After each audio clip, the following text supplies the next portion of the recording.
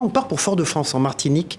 On n'oublie pas les Outre-mer dans cette émission. Et Cyril Boutier, le directeur éditorial de France Antilles, a une question à vous poser depuis Fort-de-France. Bonjour Bruno Le Maire. Aux Antilles, en Guyane, élection après élection, et on l'a vu encore pour ces européennes, le Rassemblement national grignote des voix, arrive même en première position en Guadeloupe, en Guyane.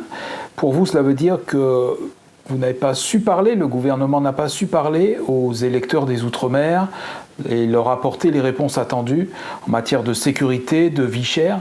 Comment aujourd'hui peut-on inverser selon vous cette tendance et comment parler à ces électeurs ? D'abord, la remarque est juste, je la prends telle qu'elle est, parce qu'elle est pertinente. Je me suis rendu à beaucoup de reprises aux Antilles, en Guadeloupe, en Martinique. On avait des projets de développement, notamment de développement portuaire.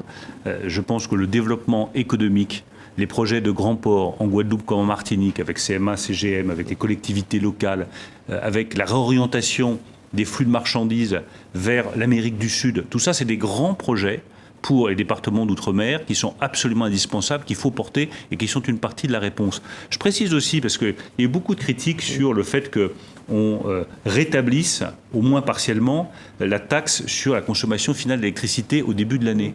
Je rappelle à tous nos compatriotes d'outre-mer que c'est ce qui finance les réseaux d'infrastructures d'électricité en outre-mer et que tous ceux qui sont opposés à cette augmentation se sont opposés au soutien à l'électricité en outre-mer.